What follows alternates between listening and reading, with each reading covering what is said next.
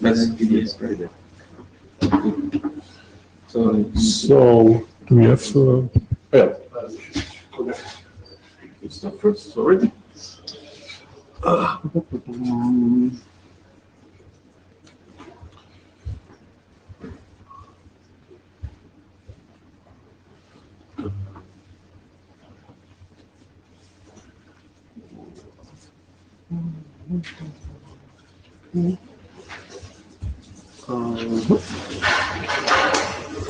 Let's look at the comment.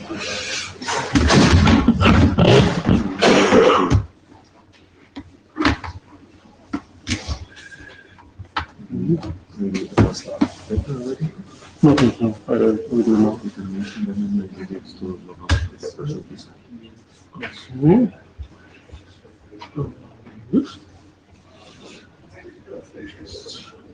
Good enough, right? Yeah. Okay.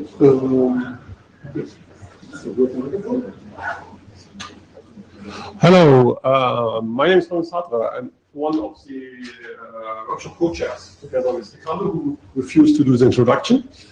So I'm doing it now. We have a tight schedule, so this year we only got 1.5 hours for the workshop, unlike in past years. So let's directly start. So for the first, for the speakers, I have read you should stay here in this area, in this pink area, for the camera.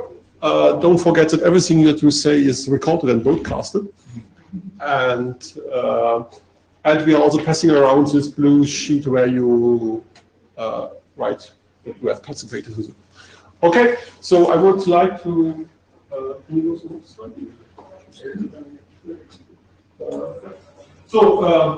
I would like to ask the first speaker, Pedro, to start. Since we have only 1.5 hours, please be very careful with how much time you use. We calculated 20 minutes per speaker. 20 minutes including questions. Including questions, yeah. So the more questions you want, which is actually the interesting part, right, when you come to an IETF meeting, the shorter you should make your speech. Okay. Okay, thank you. Please introduce yourself. Okay. Yes. So thank you for introducing me, and also Ricardo for this opportunity. Do you think the microphone is okay? Yeah. Or I need to? Yes. Okay. So I'm Pedro Eleni Zoleni. I'm the new PhD student at the University of Antwerp in Belgium. My advisor is Professor Steven Latre and also Lisandro from Brazil.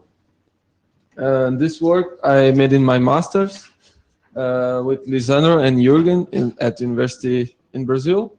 And it's about interactive monitoring, visualization, and configuration of OpenFlow-based SDN. So Ricardo can. So basically, we considered that SDN is based on 4 fundamental principles. The first one is the network control and forwarding. Forwarding planes are clearly decoupled. The second one is the forwarding decisions are flow-based instead of destination-based. The third one is the network forwarding logic is abstracted from hardware to a programmable software layer. And also a control element is introduced to coordinate network-wide forwarding decisions. And also, SDN has a flexible architecture with 4 planes, the application plane, the control plane, the forwarding plane, and also the management plane. The application plane comprehends the network applications and services. The control plane comprehends the SDN controllers. The forwarding plane comprehends the set of simple forwarding devices, and the management plane comprehends the management solutions, for example, solutions to resource allocation and monitoring device status. And nowadays, the most relevant SDN implementation is the OpenFlow protocol.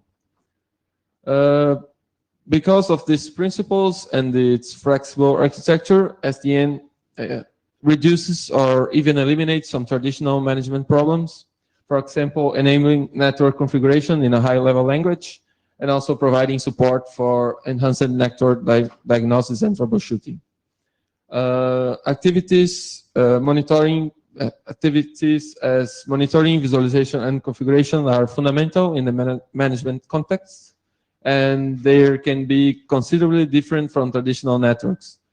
I mean, for instance, SDN controller behavior can be customized by a network administrator, and these customizations might impact on resource usage and traffic forwarding performance.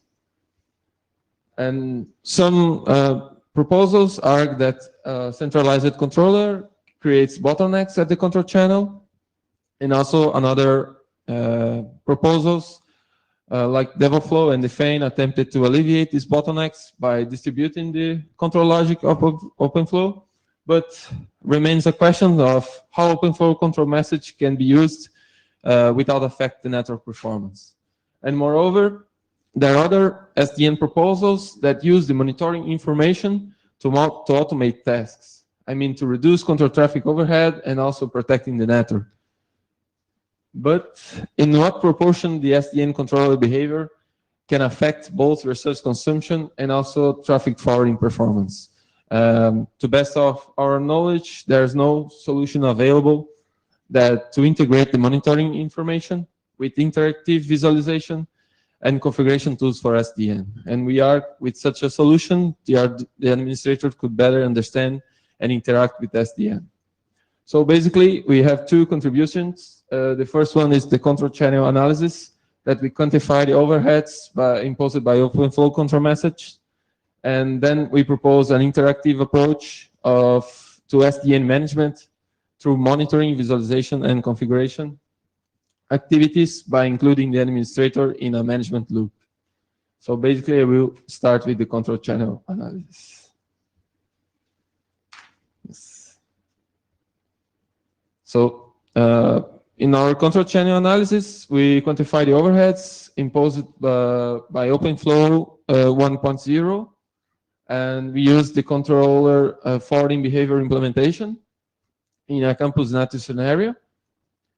We analyzed the control channel load metric related to the installation and monitoring forwarding rules, and also resource usage related to active and idle rules. And it's important to emphasize, Ricardo, that is an idle rule is considered idle when its counters do not change between two monitoring poles.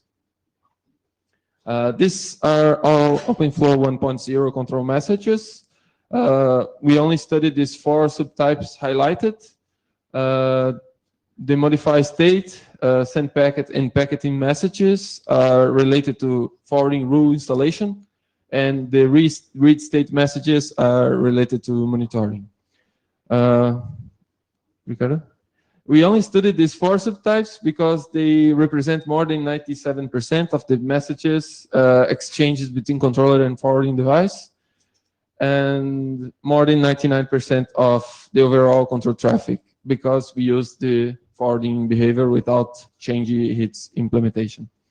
And this is a simple example of forwarding behavior and rule installation between a source host and a file server.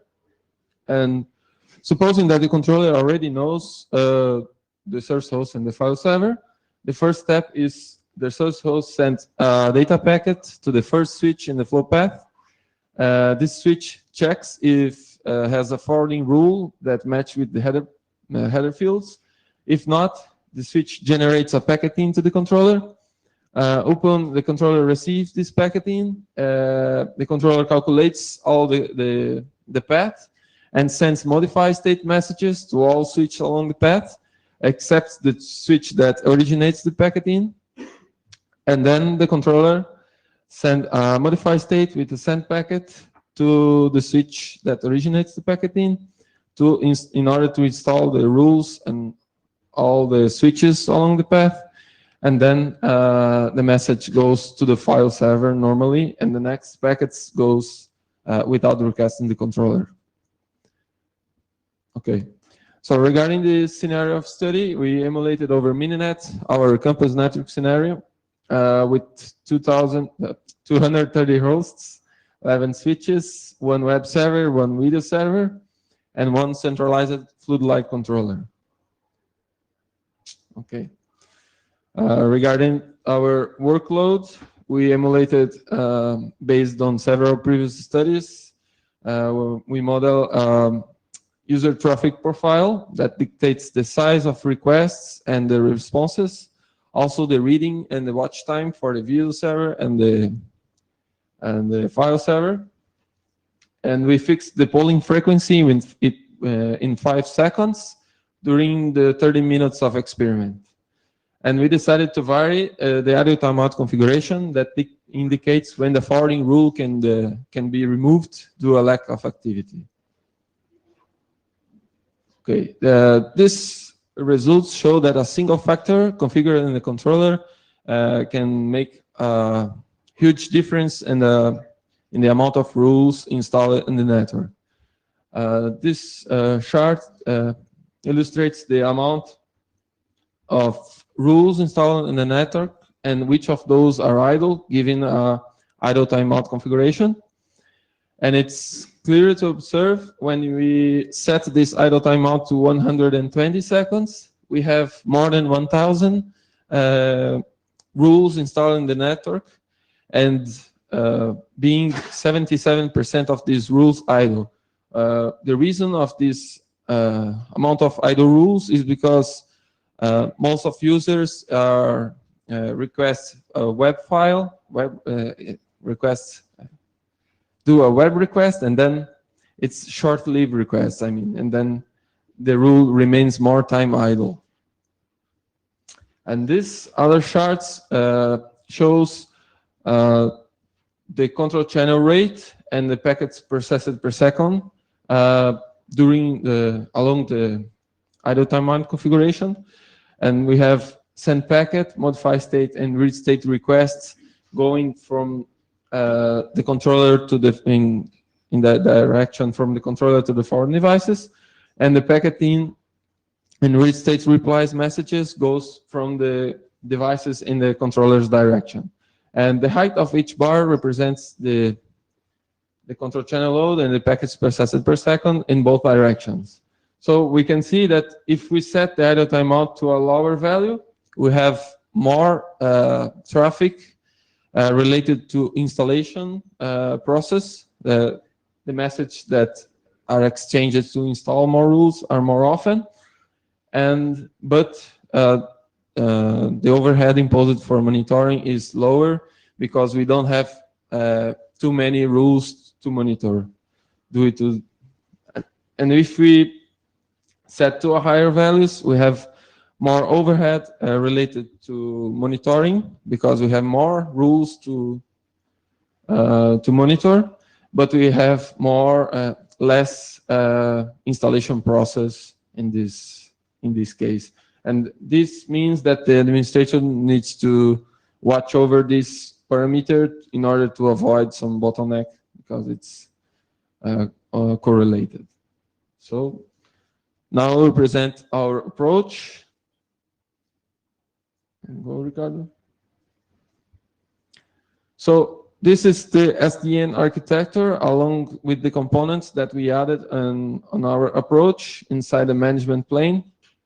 We have basically two main components: the monitoring manager, the visualization manager, and the configuration manager. By creating a loop with the administrator interactions. The monitoring manager is responsible to retrieve information about the network and store it in a local database. And to do that, the monitoring manager communicates with the controller through the management interface, and its module is the infrastructure synchronizer. The visualization manager aggregates data provided by the monitoring manager and also provides an interactive visualizations to the administrator, to the graphical user interface. And its modules is the chart visualizations and the statistics processing.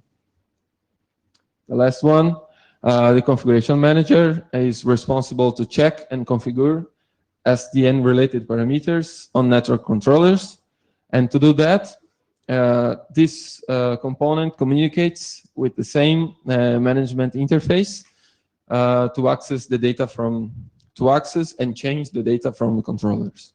And its module is the floodlight adapter in our case. So this is our interface, the interface of our prototype.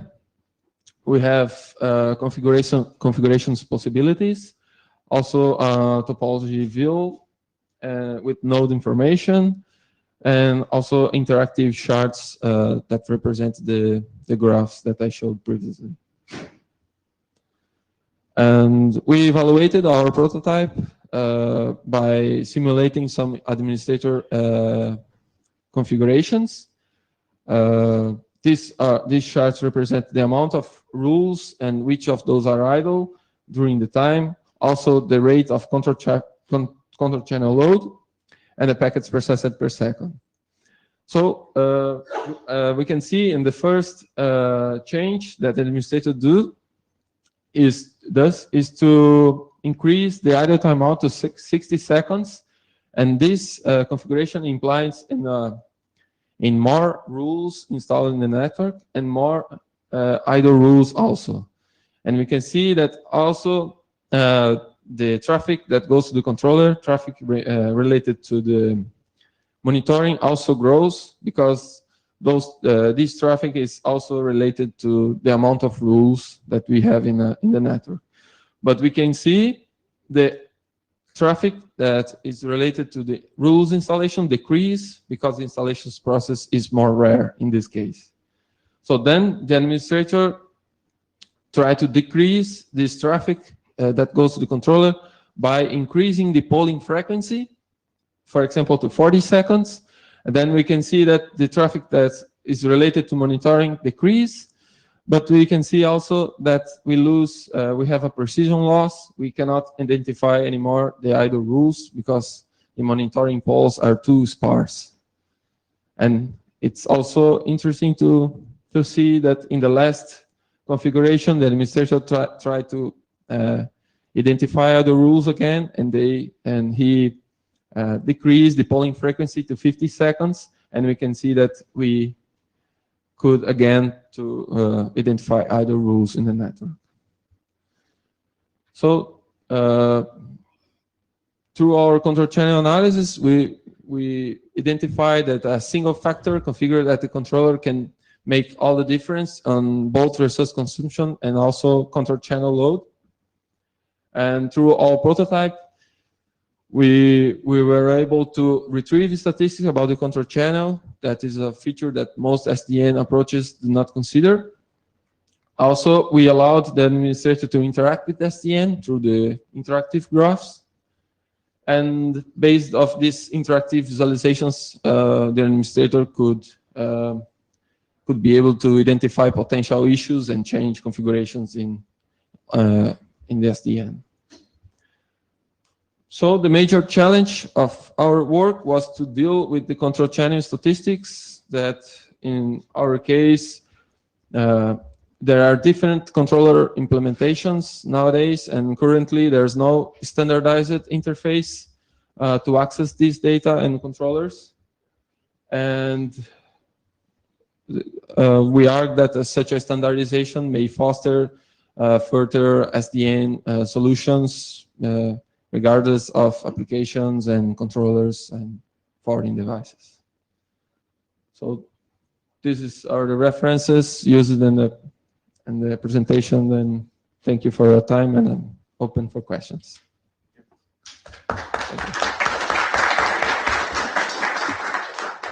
Hello. So we have a few minutes for questions. If there is any from the audience, please just walk to the microphones.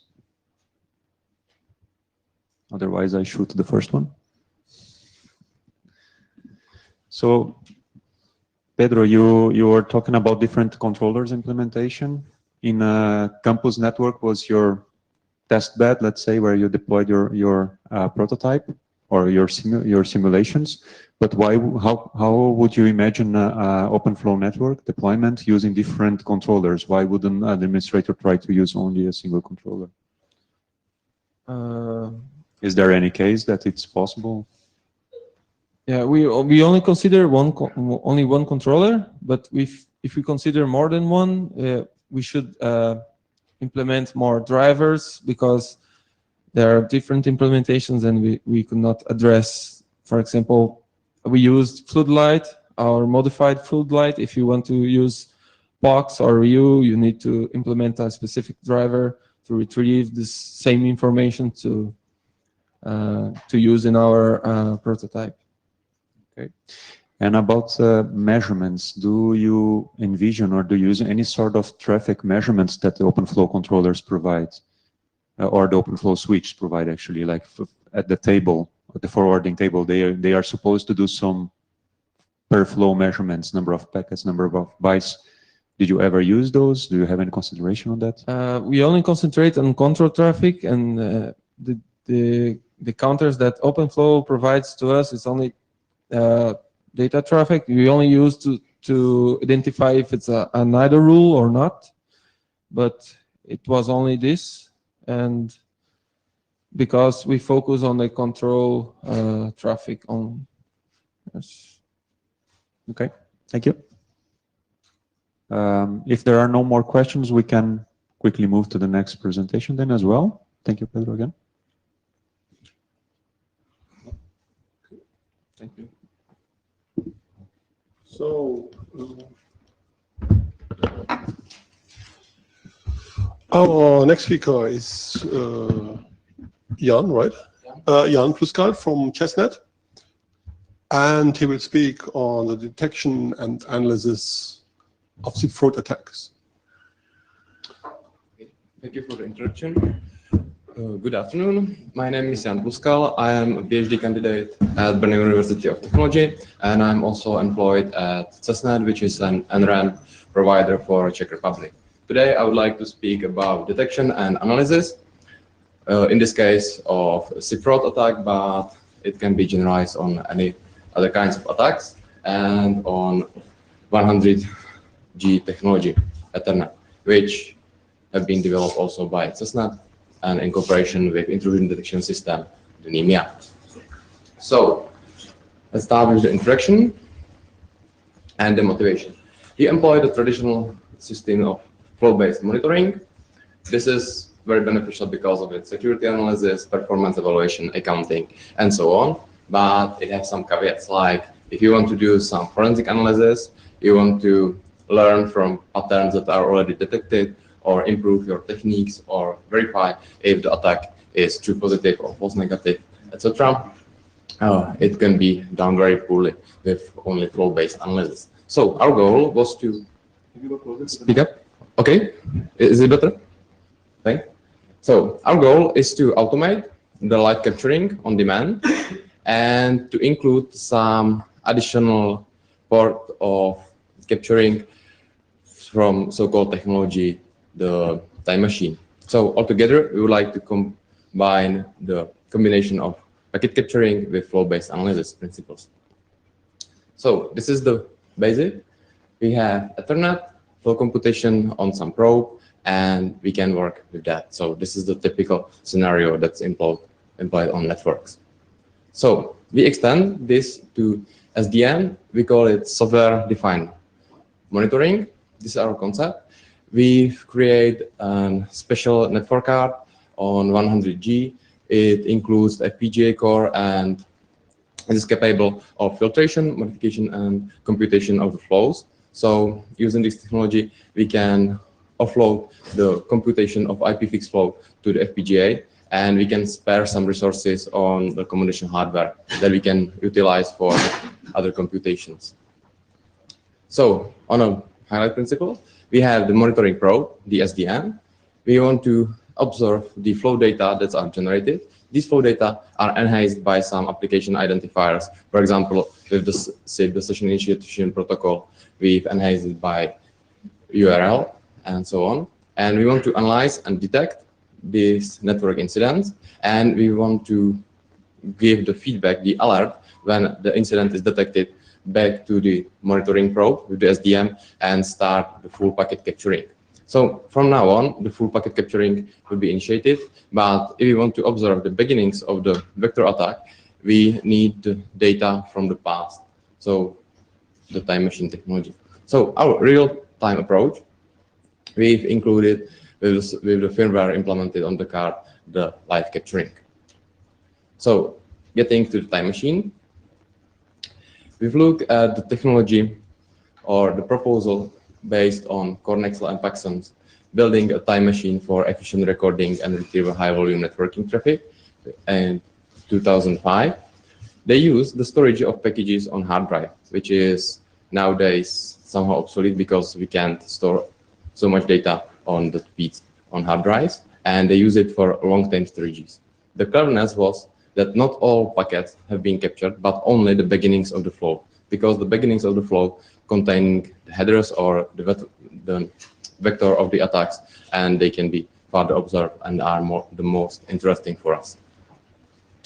So our modification to the SDM time machine, we use the principles, but enhance it by storing the traffic or the beginnings of the traffic into RAM, which is much faster. We use technology for 100G. We implemented the software ring buffer that gives us as much space as we need, or it's given in the RAM, and we store only the first n packets of each flow that can be stored as long as possible, always with the RAM. So given this, when the alert is reported, we are able to start the full packet capturing and retrieve the data back from the past from the ring buffer. So in this way, we can look like in the past. So we've enhanced this graph or this diagram with the time machine. So the measurements or what we have done with this technology. We've tested on detection of vertical horizontal network scans, detection of communication tunnels in DNS, and the SIP fraud attack or the guessing of SIP dial plan with poorly configured network private branch exchanges. So using the SDM with time machine, we can get evidence and verify the detected incidents from the past. So you might ask, are the N packets enough? So we've done some monitoring of our network, and we find out that with the aggregation, is the red line.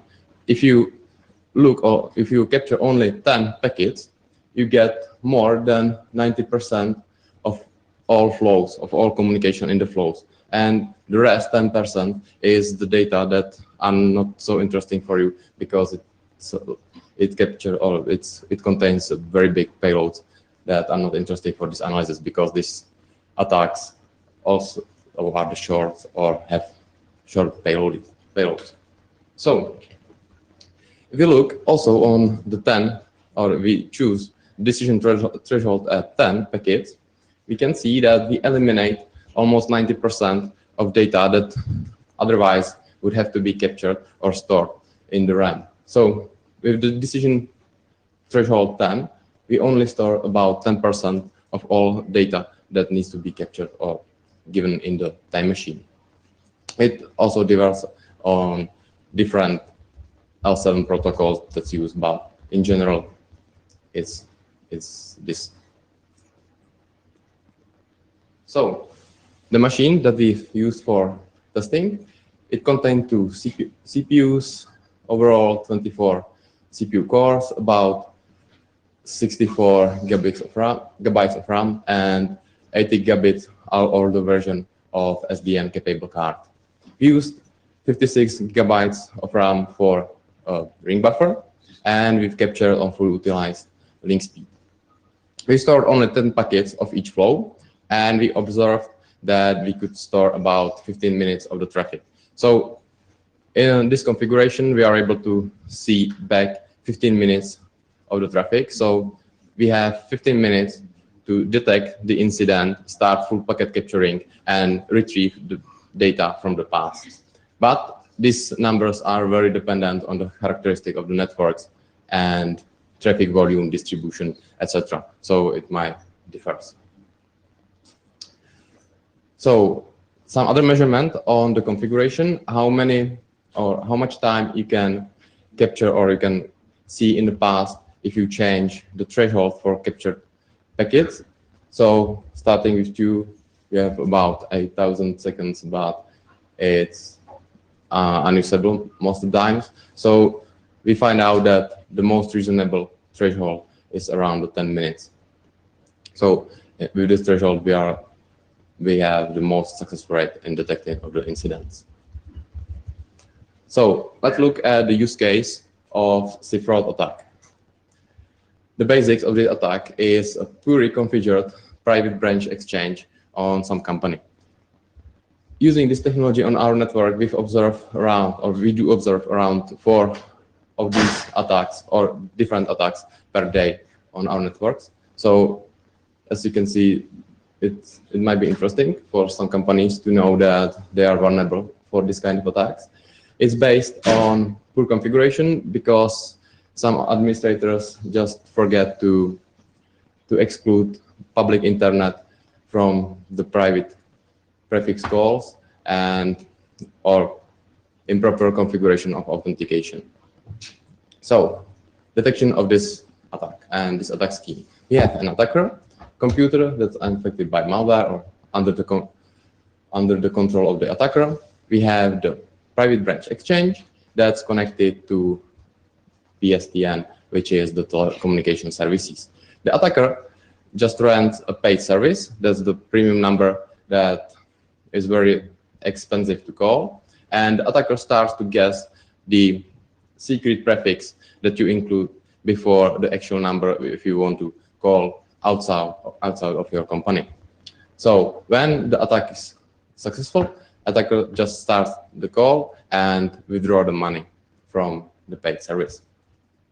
So the SIP, session initiation protocol, is text-based protocol. It contains just a few messages, and these messages can be parsed on the computer or the communication hardware that's used for the capturing or for the probe.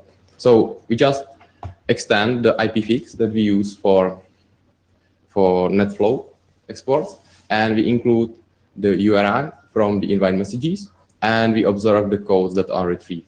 So when the attack is successful, the server resolves with or return the message 200 OK, and the call can start. So typical attack looks like this. Attacker sends very large amount of invites with different prefixes.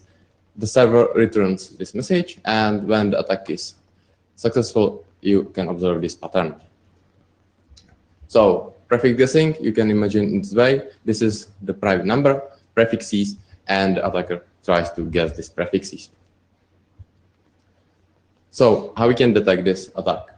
From point of network architecture, we just need to be in the middle, into interest of the communication, monitor the probe, export IPFix, and using our own system that Cisnet have developed, the NMrg, the intrusion detection system, which is based on flow processing or stream processing of net flows. It can detect these kind of attacks and the YP fraud and report to the supervisor and give the feedback to the monitoring probe to capture all the data. So this monitoring module has 2 parameters: maximum prefix length and the threshold on which it can test that this is the attack or this is not the attack. So you can imagine it like this. You have some domain, some number, and a lot of subtrees with the prefixes that are tried to be called. So this is the typical pattern of this attack. Our monitoring or the visualization, so how we can conclude this tool, the system. We've used the open source network forensic analysis tool, Network Detective, that have been developed on Brno faculty or Brno University technology. This tool is able to process PCAP files, extract some information from application layer, and it's mostly used for network forensic analysis. So it can operate with large amount of L7 protocols, and it can be easily extended. So for the visualization part, we've implemented into this tool to be a monitoring center or the overview. And this is the architecture that the administrator could see when he deployed this technology. You can see the process of the monitoring or the detection of the attack, the suspicious IPs, transfers of the PCAP files, etc. From this table, the administrator could see if the attack was successful or filter the communication and find out if it's really the attack or not. So this tool also generates the prefix trees, so you can easily see if this is the false positive or false negative of the attack. Also, it provides some additional information like performance statistics, number of frames or bytes transferred up, down, statistic on TCP, if there have been some packet losses or some other information, distribution of protocols on all layers, etc. Sometimes it might be useful to see some packet charts to detect some kind of attacks. And of course, the last functionality, the var chart-like approach to see the inner of the packets. So, conclude this presentation. We've developed the technology to monitor 100G. We've extended the flow records of the application identifiers based on, or extension have been implemented into FPGA. And the present system provides flow records, full packet capturing on the 100G, and it enables you to see the history of the communication from the point where the attack actually occurred on the network and to bridge the gap before the detection. So you get all the data in the capacity. So thank you for your attention. If you are interested, you can see our project site, Laboratory, or follow us on Twitter or so on. So thanks again, and the questions? First, Alexander Lemin. I'm sorry, I'm not a big expert on SIP, but obvious case of the padding attack on your system when you pad with unimportant data and then the attack vector passes through undetected. Do you have anything in plans to avoid that, or is it your system even susceptible to it? Well, it would depend on the monitoring mechanisms of the intrusion detection system, if it's able to go with this kind of attacks or not, if it's detectable from the extended flows or not. I'm not aware if we tried this system against this kind of attacks. We mainly focused on the most common attacks on our network and to provide us the feedback if we are actually able to monitor or detect this kind of attacks actually, and if the detections are true positive or we are just observing something that isn't on the networks. So to your question, I'm not aware if we've tried this kind of attack. Okay, thank you for your answer. Let's have a conversation afterwards. Thank you. Geronimo from the Florida International University. I saw that you use a network tab. So it's a way for you to monitor the communication. But do you guys have any plan to start intervene in case you see an attack, like close a call? Thank you for excellent question. We are currently developing a solution that will be able to filter the communication and divert the traffic that contains the attack or just ban it or so on. So for now, we are developing the solution for this technology, and it should be available, I think, in December this year. Okay, thank you. Thanks. Hi, this is Soumya here. Very nice presentation. So it's on the same lines on what he has asked. So the tap device would relay the packets from the incoming NIC to your device, the FPGA. So will it have any effect on the throughput? No, it have no effect on the throughput. It's just this technology is just a passive monitoring. The active part, it's in development. All right. So is the FPGA also able to classify any metadata related to VMs or containers which may be provisioned in this bare metal machine? Yeah, well, this technology can be tested on virtual machines. So not on the 100G, but you can apply it on some smaller networks, and all the tools are presented are open source. So we don't have any container that can be deployed, but with the reasonable amount of work, it can be deployed on a testing environment. Sure. So no communication with the hypervisors as well, right? No configuration or anything coming from hypervisor where you can classify. No. Okay, sure. Thank you. What's your name? Soumya? Yeah, my name is Soumya Dikshit. I'm from Cisco. Thanks for the question.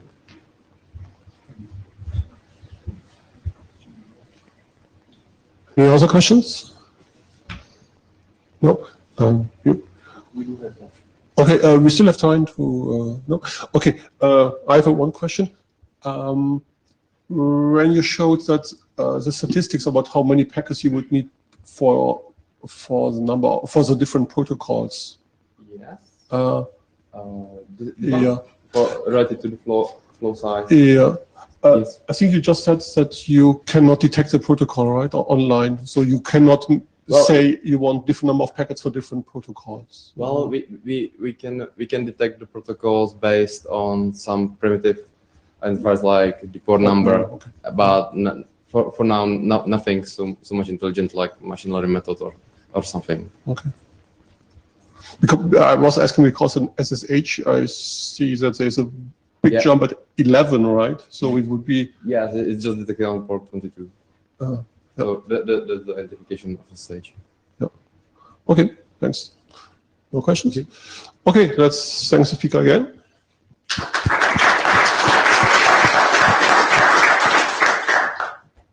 I would like to ask then the next speaker to come to the. Oh yeah, okay. What is this, Christian?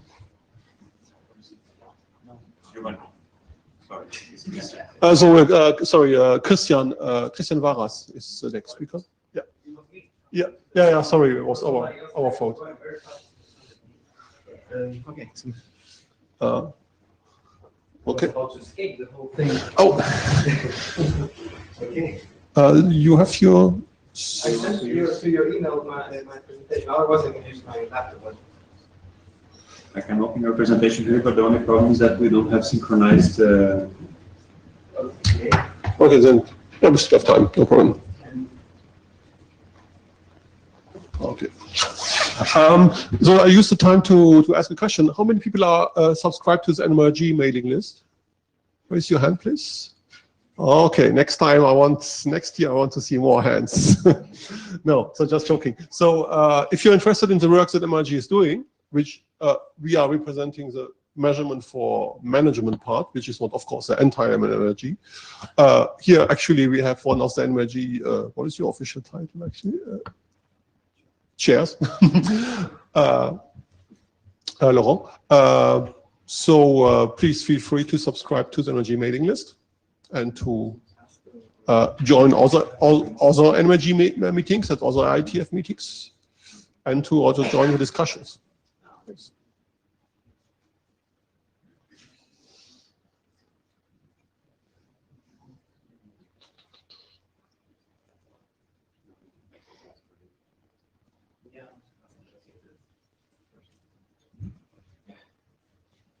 Okay.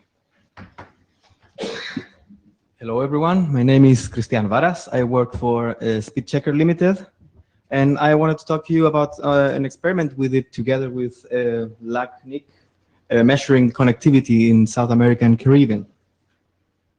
So a little line out. We want to talk about the challenge of measuring the region with the already available RIPE Atlas, for example. There are not so many probes there, so I want to tell you how we overcame that problem. With software probes, I want to talk to you about the experiment, how we define connectivity, since we don't have a standard definition for connectivity.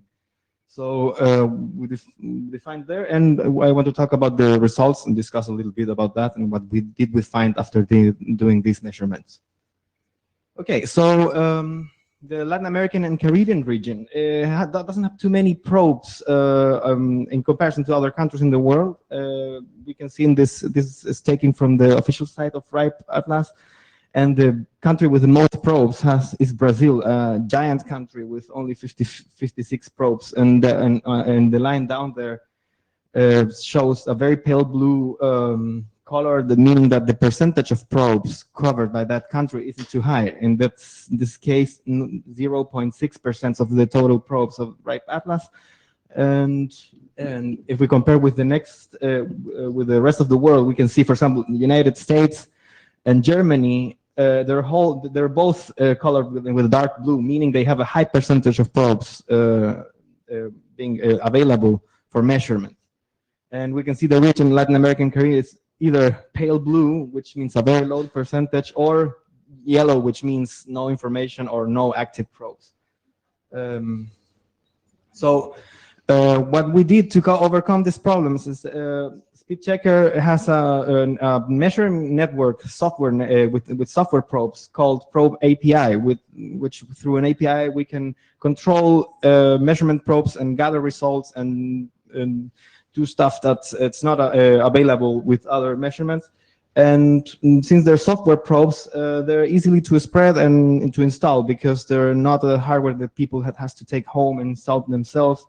And they're running in Windows computers, real users' computers. So they have the advantage of easy deployment, but also the disadvantage of they are very volatile. They appear and disappear all the time. So we have lots of them. So we need lots of them to be able to make reliable measurements. And they work using synthetic traffic. So we can see in this graph a little comparison about Atlas and Probe API. Atlas is the lila color to the left, and different ASNs. So the vertical line are just different ASNs we chose to compare, and they're very highly populated ASNs in terms of users, but not all of them are very well covered by either Atlas or Probe API. For example, if we take the top ASN, we have 46 probes in that ASN from Atlas and 886 active at that moment when we took the screenshot by Probe API. So this can show us how we can overcome these measurement problems with some software probes, and what we did in this region using this kind of measurement method. Next one. Like I said before, they are highly volatile. That's why we require a high number of probes than normal to make reliable measurements, because they appear and disappear as normal users open and close their laptops or computers. And monitoring from the user's perspective, yes, lets us detect problems that otherwise aren't really easy to see because of the vantage point problem in measuring networks, that depending from where you're measuring from, you will be able to see some things happening or not. Like in this case, we can see if we are monitoring from inside the network, from the centers, from the data centers, or from servers or whatever.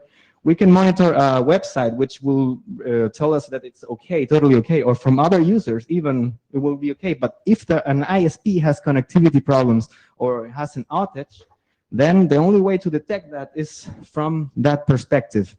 And that's one advantage I want to show you from using this, which can be, of course, it's not better or worse than other measurements. It's complementary because it has its own advantages and disadvantages. So we are going now to the experiment itself.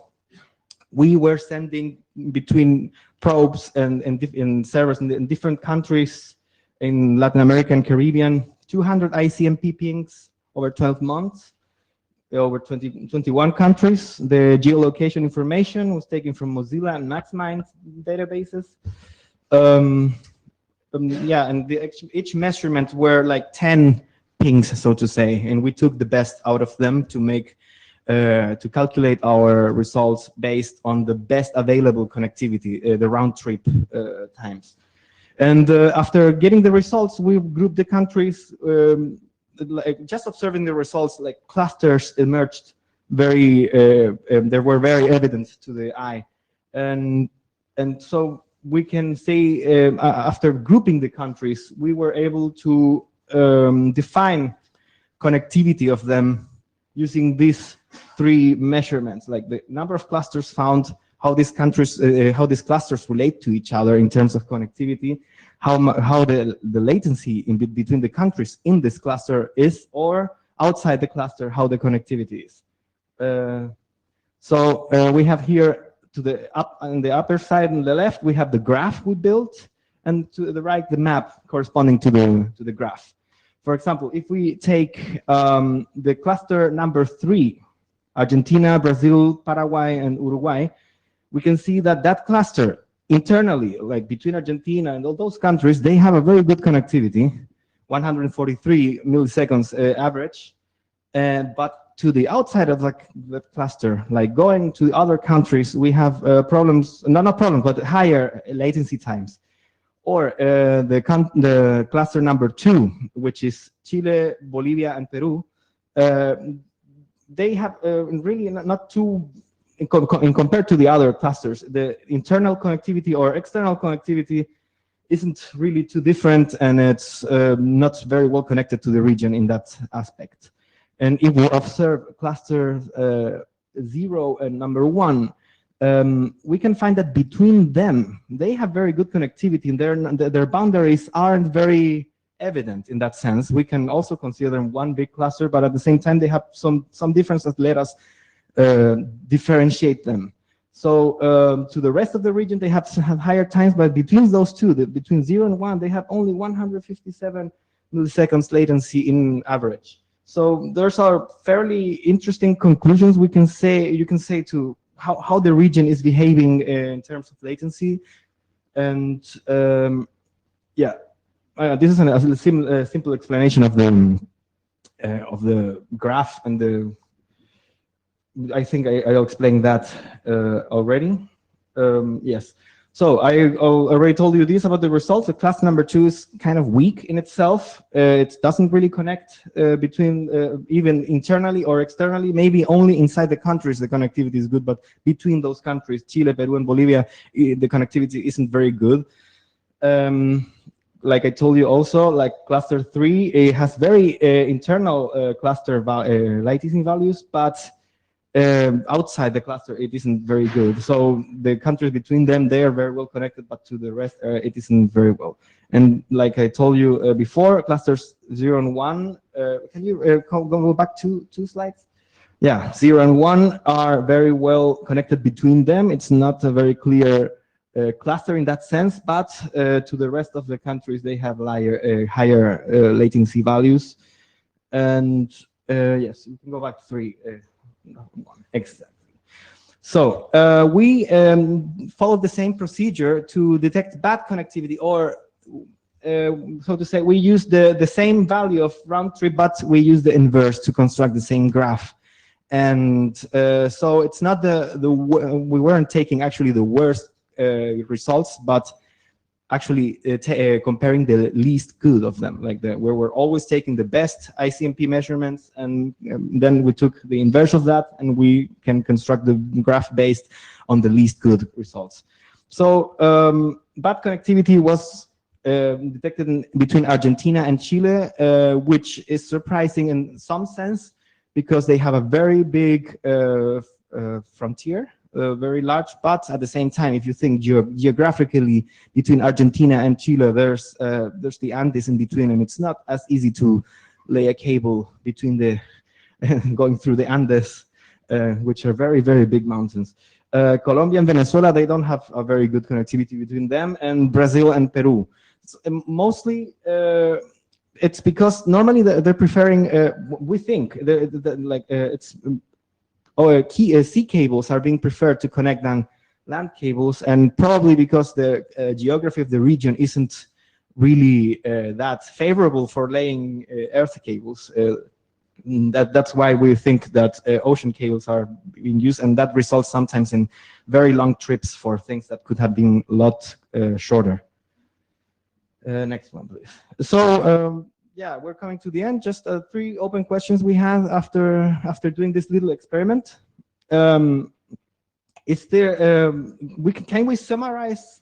Does anybody have an idea if we can summarize these indexes per country or per cluster, so we can, in one number, we can compare them, like how good it is internally, externally, or between them?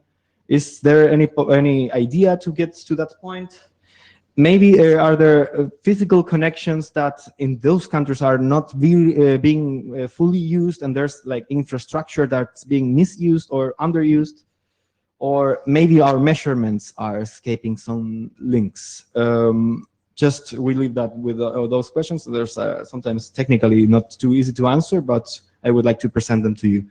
And I think that would be all. Thank you very much.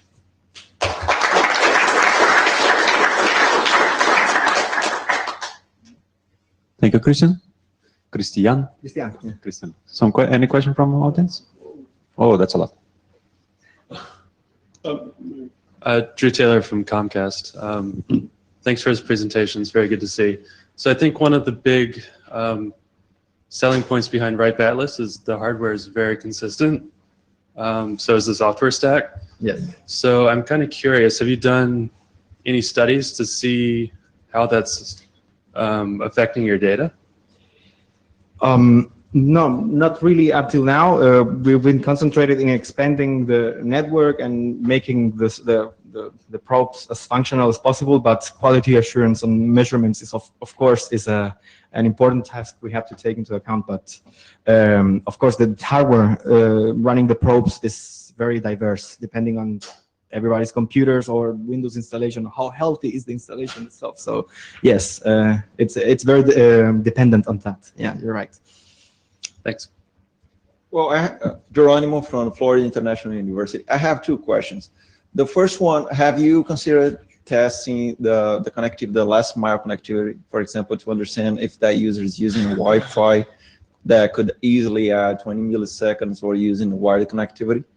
And the second one, it would be good to have a cluster in the US. I know that you're monitoring Latin America, but it looks like at least between Brazil, Chile, and Argentina, all of the traffic intra-cluster is going through the US because 143 milliseconds is a lot. Yes, yes.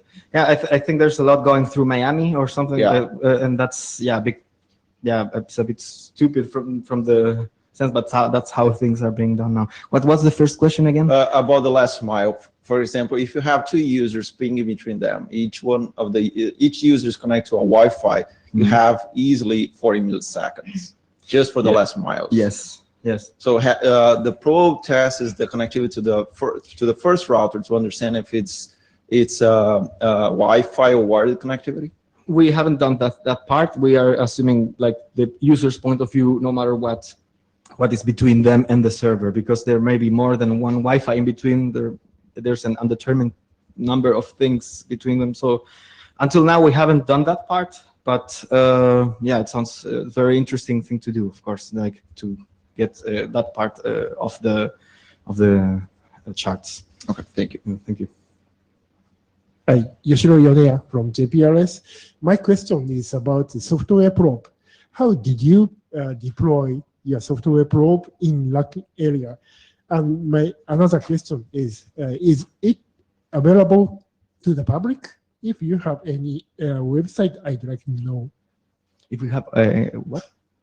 If you have any website about software probe, then Yes. I'd like to know. Yes, we have. You can communicate with speedchecker.xyz, and you can download your own probe. It's a speed checking software, which users download, and most of the time the software doesn't really do much than check your DSL speed, and at the same time the software is available to us as a probe to make measurements. Most of the time the software isn't doing anything, but when it receives a measurement command, it will measure very shortly, and we deploy that way. We offer the users to measure the DSL connectivity, and in exchange make their computers available to our network.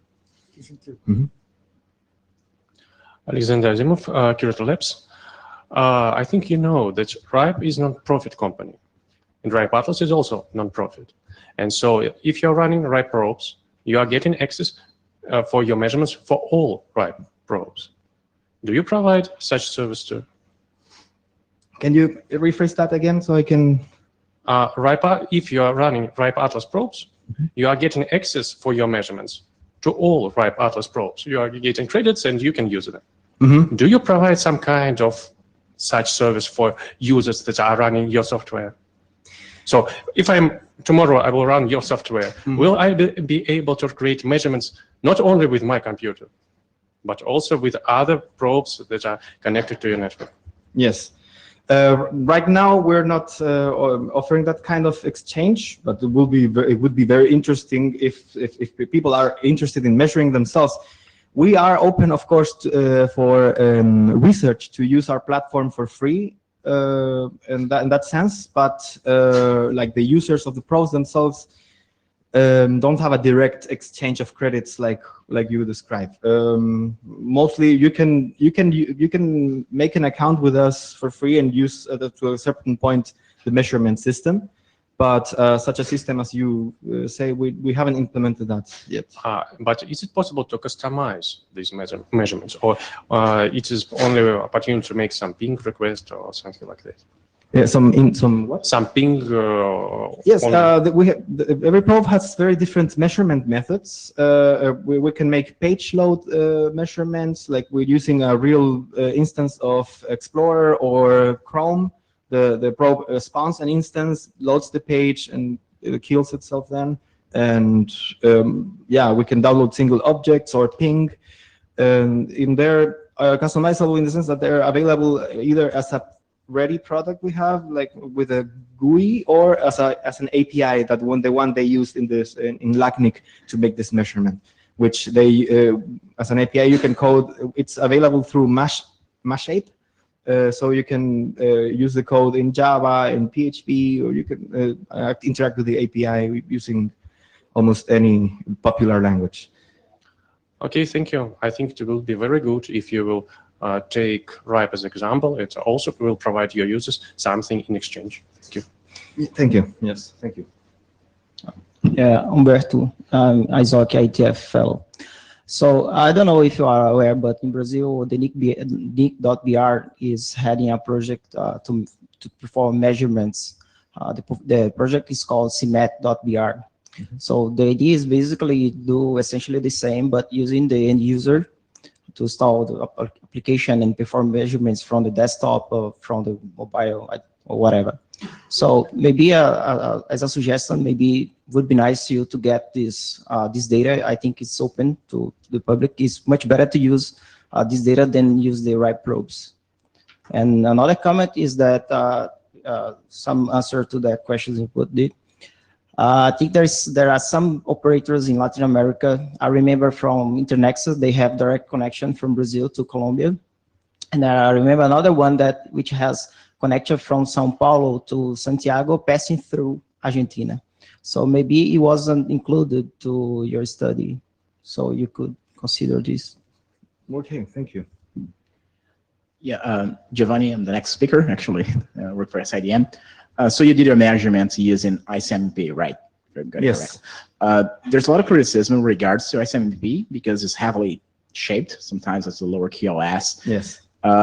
You know, this criticism problem. So have you considered using other protocols instead and compare the results? Yes. Like personally and internally at the company, this is a study done by LACNIC, and we're presenting this as a cooperation. They had they made their own decision of using ICMP, but normally we use time to first byte using HTTP directly because it's the protocol we're using. So we normally measure either a 1 byte file downloading it just like that, or just we measure the time it took to download the first byte, and that's mostly equivalent to ICMP, but using the HTTP stack. Right. Yes. Thank you. Last one, please, Bert Wijnen, Huawei. I work with RIPE NCC and working on the RIPE Atlas project. So it's good the work that you did, but if you guys, in Latin America are interested in more probes, I'm sure they're willing to send more probes. If you need contacts, I'm sure you have contacts, but if you do need more contacts, please feel free to check with me. Yeah. Please let me complete that one. I am actually working also with RIPE Atlas as ambassador for Brazilian region. So if you live in South America and you want probes, I have them. Oh, nice. I do agree that RIPE Atlas also have a worldwide coverage, but it's nice to always add diversity to measurement infrastructure, even more when it goes to the developing regions or poorer regions of the country or of the world where it's difficult to get the RIPEs shipped to. I would like just to complete the question session with one question. Is your measurement running over time, or are you do it once and stop, or is it running for example, a year already?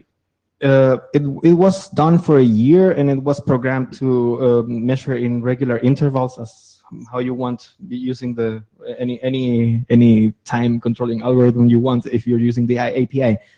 And yeah, it's not continuous monitoring. It's normally one test, and you can repeat it as much as you want. Okay, so I would like to suggest perhaps for a talk for Nmrg next year.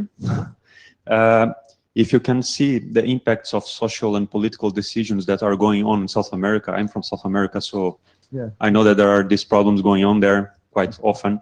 If you can see from your measurement framework the impacts that it has on the connectivity of people, it's always nice. So we see papers being published about Cuba, about China, about other places where we have one RIPE atlas, two RIPE atlas, but they can already see some nice characteristics there. So that would be awesome. Yeah, thank you. Okay. Yeah. Thank you, Christian, again. Let's thank you. Thank you, everybody. Bye. Our next speaker is Giovanni Mora from SIDN Labs. Do you need my computer, Giovanni? Oh, yeah. Yeah? Okay.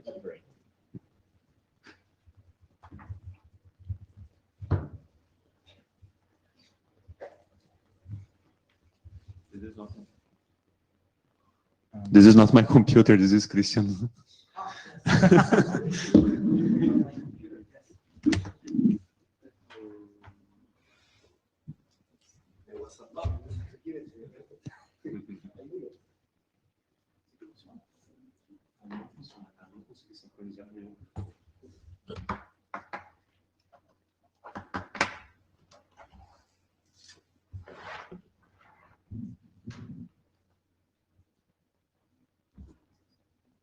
Yeah, it's good to see. There's a lot of people here today. It's pretty nice. Done a good job.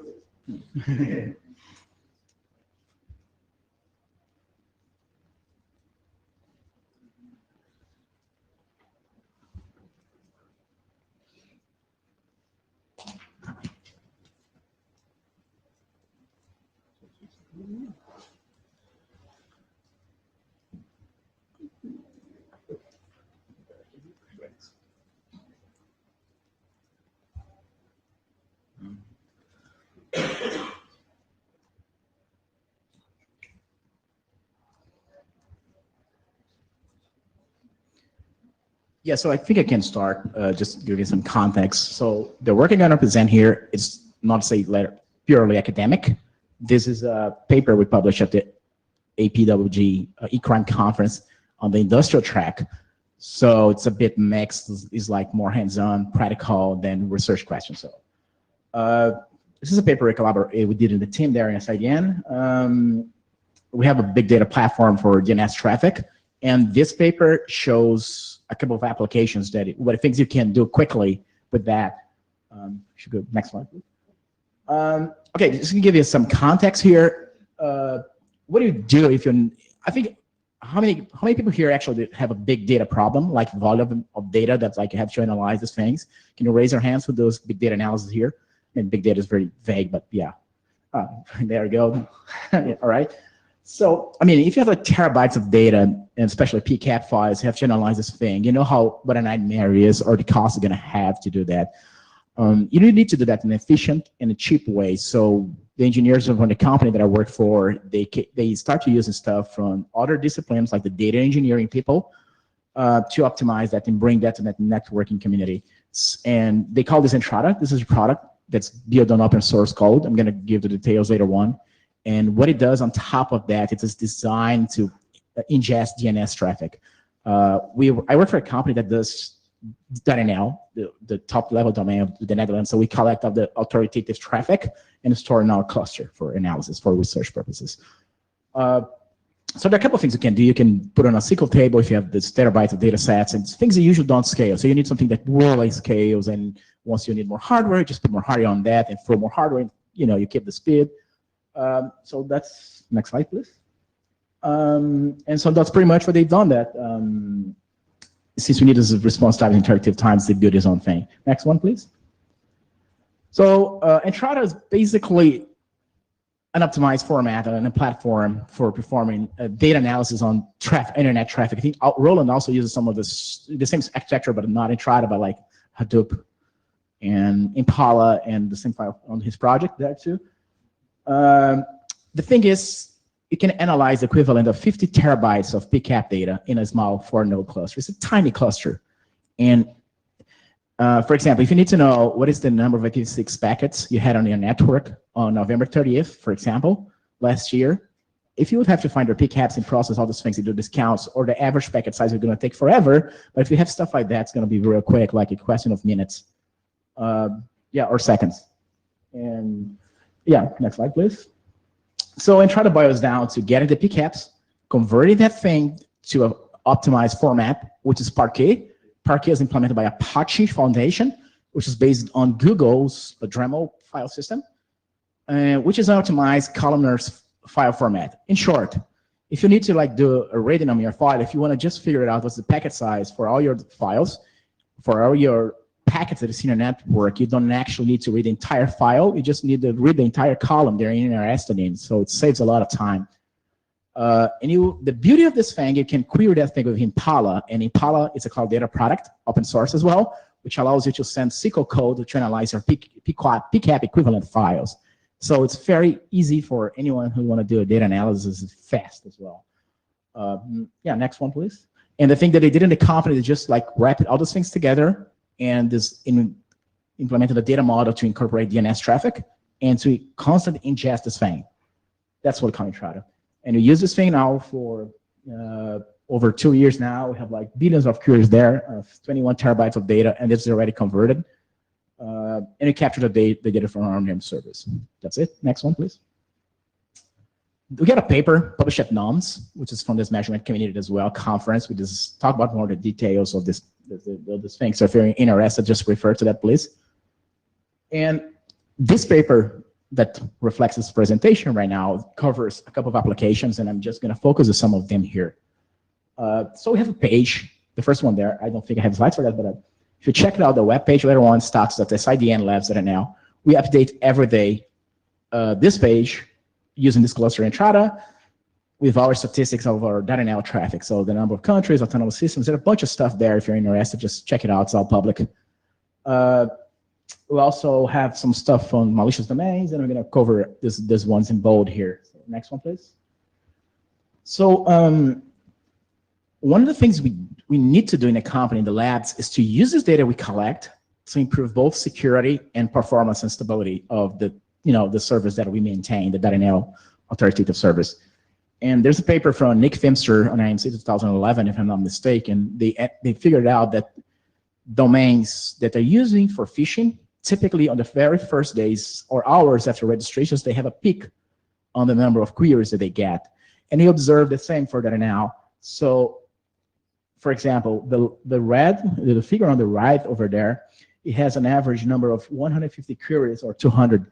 These are domains that were provided by Netcraft that were found in phishing on the .nl zone. So we look at our authoritative servers and you see, hey, how many queries we've seen for those particular domains after the registration. And you see there's a peak, and after 10 days, it really dies down.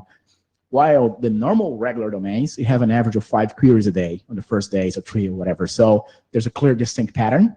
Nick Fimster found the stuff and he published, whatever. We kind of went a step further and he run a different algorithm to classify that, came in on top of that, and had a paper on this particular thing. So next slide, please.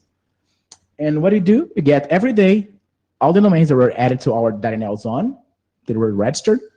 We'll look for a couple of features, the number of queries, the number of countries, resolvers that are querying that thing on the first day. We run k-means on top of that, and it classifies into 2 clusters, suspicious and normal. Normal. And once you get a suspicious one, we notify our registrars, and registrars are the companies that actually do the registration for us. It's in a pilot stage right now. There's a couple of false positives, of course, because you're trying to identify phishing only from the query pattern of the domains. As it's like it's because the phishers usually they rely upon spam to notify their domains in the first day. So you usually have a huge number of queries. But any political motivated website also get this thing. So we are working to improve this, but it's working on a kind of status and prototype phase right now. Next one, please. This is a project of Marco, who's sitting right over here, I guess. Yeah, it's botnet detection. So there's a particular botnet. We cannot really talk much about it because they figured out the signature for this botnet, and we can detect that one looking at our DNS traffic that we're seeing. There's a couple of, I think, if I'm mistaken, those are CNC channels, domains they use, and you kind of monitor the traffic to them. And once we get this thing, we also use Entrada. That's a platform to analyze that. That's the whole thing. We notify what we call, it's a Dutch initiative, which is called Abuse Information Exchange. So it's a place in the federal level that collects information about abuse. It's run by the government. And it shares back with the people responsible for those IP addresses for those autonomous systems so they can clean up the networks. Next one, please. Just a bunch of stud cases. And this is the number. You'll see the time series and the countries that these bots were observed. And we send information with regards timestamps so they can take a look on that. Bear in mind that the way the DNS works, once we see a query on our authoritative service, it might not be the actual client, might be the resolver of the client on the ISP network. So they would have to do a little more investigation on that. Next one, please. And there are these two RFCs that standardize different things, policy and for email security. This try to improve email security in a way to define who can send email for a particular domain and what is the policy once you get email from a different IP address for the domain. And you can actually measure there that the adoption of that using simply SQL queries in our platform, because we get the traffic, so you just run SQL, run over the days, and you see like how this thing is growing. Next one, please. So we have a couple of results here, and you see there's a percentage there's a lot of percentage of adoption in the US. And of course, this is the cloud providers. It means Gmail. Most of people use Gmail. So Yahoo and the cloud providers. That's why you see this is fixed. And where you have cloud, you have this thing. So once you adopt it, that's it. Next one, please. All right. These are the autonomous systems where they're located. All these things can easily be done as well. Next one. Yeah. So I think they did just showcase a couple of case studies which you can do. So if you have a big data problem, you should consider yourself to use the tools that have been developed by the data engineering community to optimize queries. And this is one case only that uses Impala and uses Parquet, all open source, and wrap it up together to constantly ingest DNS traffic. And open source the whole thing, the thing we've developed. It's all on the website. I would invite you to download and contribute as well. Next one, please. Yeah, we are constantly, using and developing more applications that benefit from that too. Yeah, and be happy to take any questions.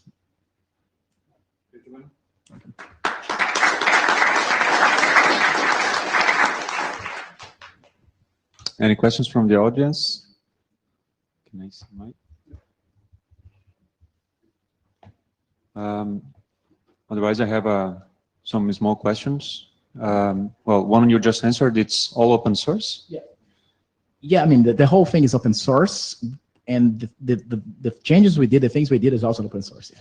And also about the data, how much of it also you can provide for example, for open access for researchers or even curiosity? Yeah, so we have a privacy policy that defines what you can share, what you cannot, and how we can use the data.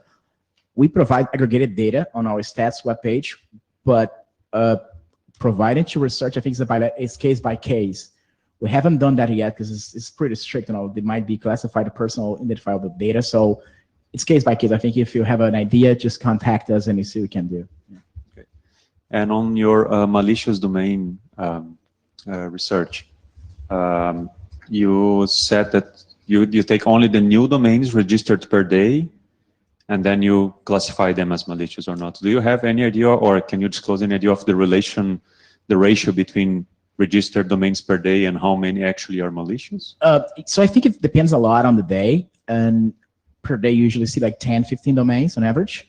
And there's a bunch of some false positives too. And I think also depends on the definition of malicious. 10, 50 malicious. Suspicious, let's say. Suspicious. And let's say, I don't know, depends on the day how many are going to be malicious, but there's a different definition of malicious. This thing detects based on the volume of queries.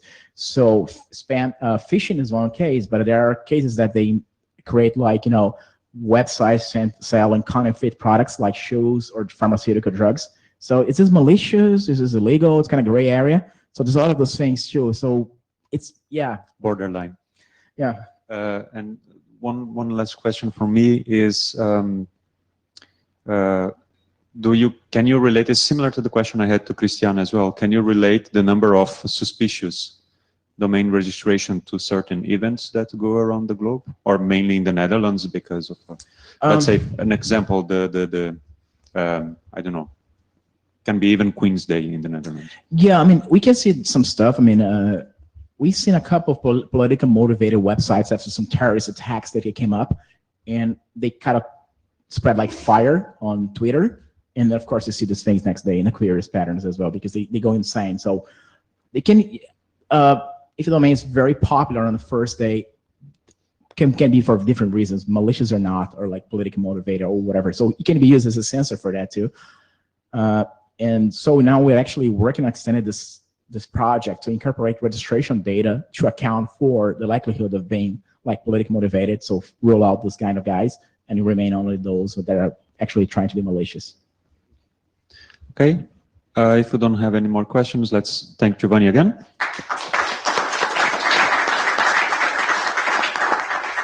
Thank you for the presentation and for the open source.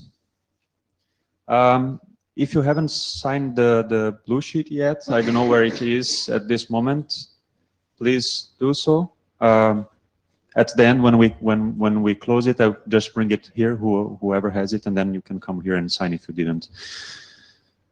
I think it's it. Yes. Thank you for having attended the Nmrg workshop. As usual, we would like to ask you your opinion on the event, right, and also on future events. For example, we originally started several years ago that this kind of meeting was strictly on flow-based measurement for network management. And based on the feedback of the audience, we have extended that from flow-based measurement to flow-based measurement. And this year we have extended to any kind of measurement-based network management. So feel free to give us your feedback, whether you like this direction, whether you want to have other topics in the next, probably next year's instance of the workshop. Do it now, or send us an email, or join the Nmrg mailing list, right, which is of course appreciated. Anything else? There will be another Nmrg joint event, right? Maybe you can say something on. Yeah. Hello, everyone. Just commenting first on what Ramin said. So please join the mailing list and interact on the mailing list, and Ricky, if you wish, on this measurement monitoring topic of Nmrg.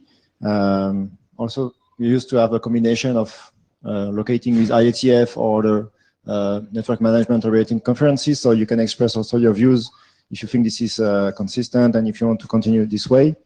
I will also encourage you to maybe try, as a community on this topic, try to define what will be some research topics, research areas, and maybe document that with some internet drafts, so that we also show that as a working group, as a research group, there is activity and maybe also a higher perspective to where this measurement and monitoring activity can go.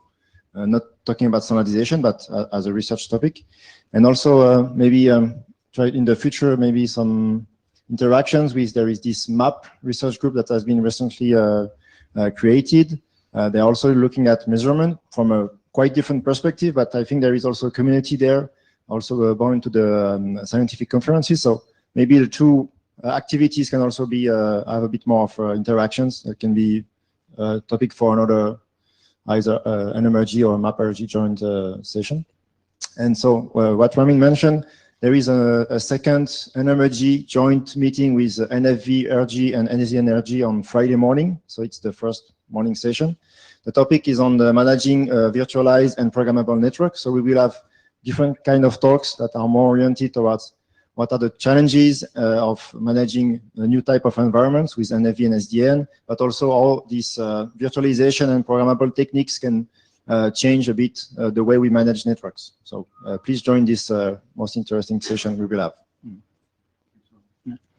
Yeah, just feedback, but Laurent already talked a little about that. Like the Nmrg group is not really chartered yet, so I'm not sure what's going to happen in there. But just to be sure that's no more, I'm not sure if it's the goals to have overlap or how you're going to handle if they go chartered. And they also started a workshop that took place on Saturday. So just to be aware that, you know, I'm not sure how to handle that. We try to have some discussion with the chairs of Nmrg, first to identify if the level of overlap and what could be the areas of collaboration, interactions. So since, as you mentioned, it's still developing in Nmrg, it's not clear yet how two things can interact. But as you mentioned, we have seen that there were also part of the workshops. There have already had some meetings. So we see that things may grow there. So it would be nice to at least discuss all together.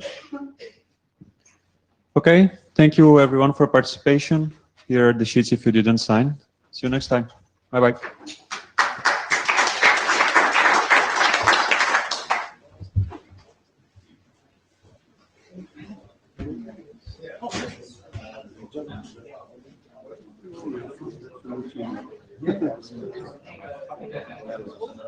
Hello, I'm Kofa for the Kuchas. How are you?